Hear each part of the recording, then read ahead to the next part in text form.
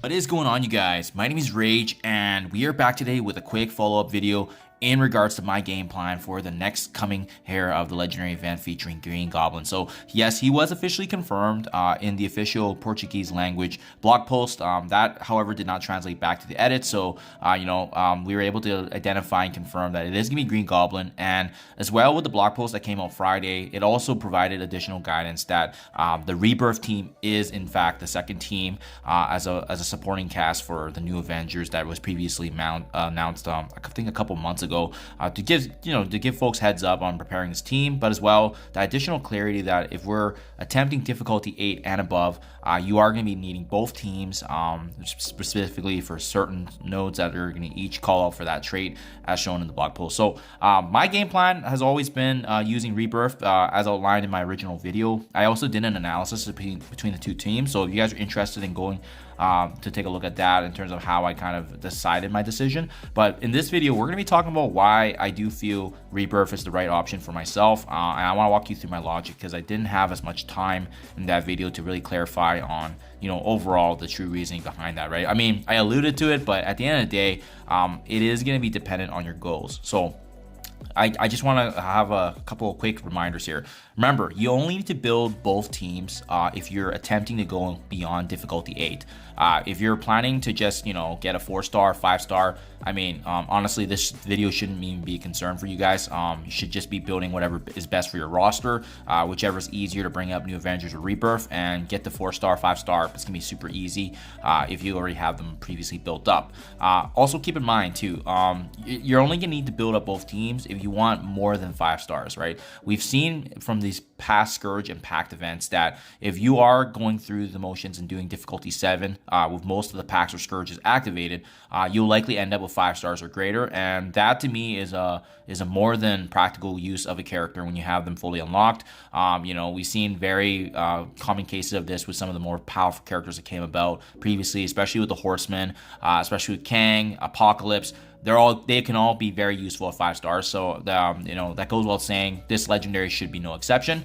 And then lastly, guys, I think the one thing we are forgetting is that this is a huge resource cost in terms of gold and training. I mean, this is a sample screenshot of what I have right now because I haven't pushed my Tigra at all whatsoever. But you can see she's gonna take like half my gold amount just to bring from level 1 to 85, and that's excluding all the upgrades. That's excluding all the gear tier levels, ISO investment, T4s, and so forth, right? So I mean, just this one character alone is already costing that. So I want to show this picture because just as a reminder, if you don't have these characters built up and you need them to be competitive, I mean, I think level 85 is the bare minimum if you're going to be pushing 85, difficulty 8 and above. To be honest, I think 85 might even be giving you more credit. Like it possibly could be 90. It all depends on how high you want to push, but at that point you might as well push higher, especially if you're competing at that level.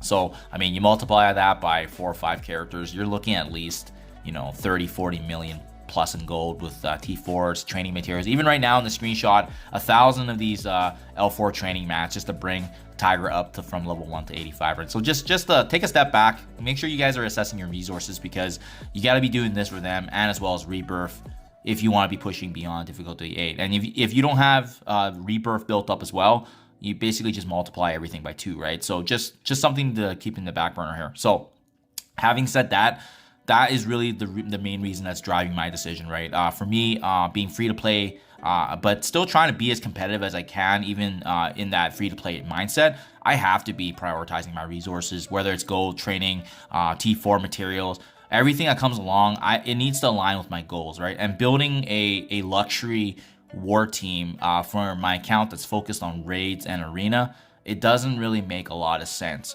In my next screenshot here, I want to showcase for you guys now basically the aftermath, the teams that have fallen into the graveyard, but as well as a reminder, right? And let me go through them real quickly from top down. We have Weapon X, we have A-Force, we have Sinister Six, we have Dark Hunters, we have Underworld, and we also have, like I said, the new Avengers now getting added there. And what do they all have in common? they all, are involved in war teams, right? And to be fair, I think New Avengers is definitely one of the better teams on this list here that we see. But you can see here, this is not a new decision for me to make this decision. What really helped was the blog post solidifying and giving us a very, very strong option in Rebirth, and especially a team that most folks likely will have built up, especially if you're using them already in the incursion raids or doom raids. I mean, there is obviously that stat creeping. Obviously in the future here, there's going to be a new battle team coming in the future. We don't know how long it can be, in the next few months. It could be half a year. Who knows? That's all speculation at this point, but they are likely one of the teams that are going to fall off, and there will be a new battle team. But for the time being, we have to make the most of the resources that we're really taking advantage of. We have to make sure that we get as much value as we can. So even despite not having any of these teams shown on screen here, this is where my account currently is at. I'm top 30 in arena.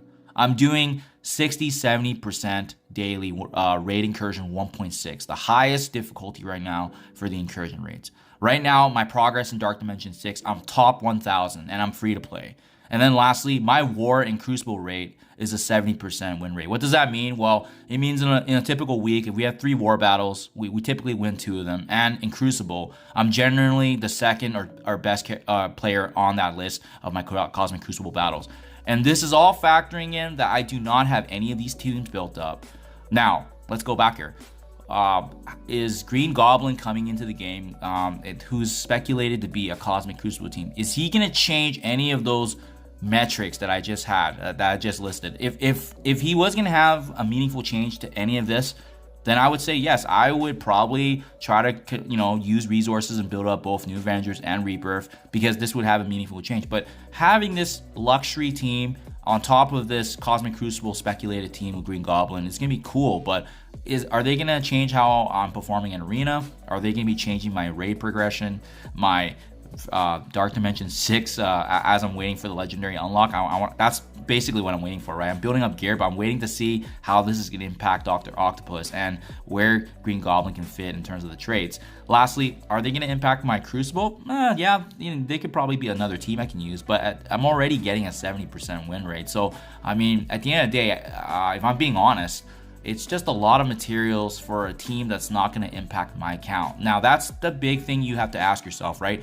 How is this team, how is building up New Avengers and Rebirth and this new team going to help your account? And that, I think, is going to point you in the right direction, because this does absolutely nothing for me. So for me, it's just a huge waste of materials that I don't need to utilize. And the best thing is I can save these materials, these gold, for a team that is going to be more relevant. We have teams that we do want to build in, like Pegasus right now. We know for a fact that they have huge value in the tech nodes. So that's definitely a focus of mine. And as well, obviously, Dark Dimension 6. So last but not least, guys, exceptions. If you have not already built up Rebirth, I think New Avengers is the obvious play here, because of them being the newer team, because of them having value already, and they're likely going to be the stronger team for this legendary event. It makes sense. So if you haven't built up Rebirth, New Avengers, go that route. If you're a new player or a newer mid-game transitioning and you kind of have the Rebirth built up, I think it's the perfect time to pivot to New Avengers, just because they're the more statistically relevant team. I think they're going to add more value. And like I said, I think Rebirth is on the way out. We just don't know when, right? And that's why it makes sense. It makes sense only to capitalize on the investments made already, and if not, then pivot. And then lastly, the final exception. If you guys are an endgame competitive player watching my video, thank you so much.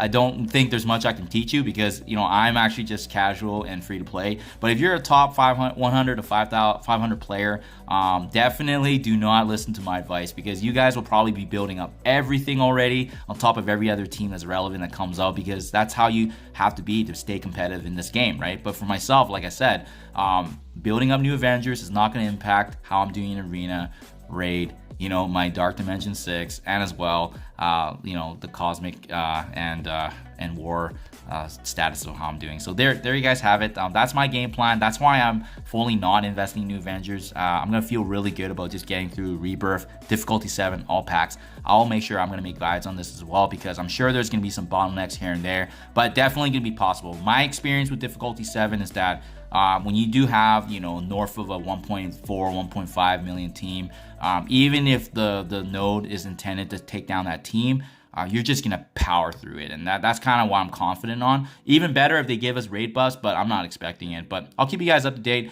Hope this perspective is able to help you guys decide at the end of the day. Again, this is what works for best my account, right? You guys need to review and see what's going to be most meaningful for your account, so that way you don't have regrets with this decision. But I do hope this insight does help. Thank you as always. Please let me know what you guys think in comments below. As always, I look forward to that conversation, and I'll catch you guys in the next one.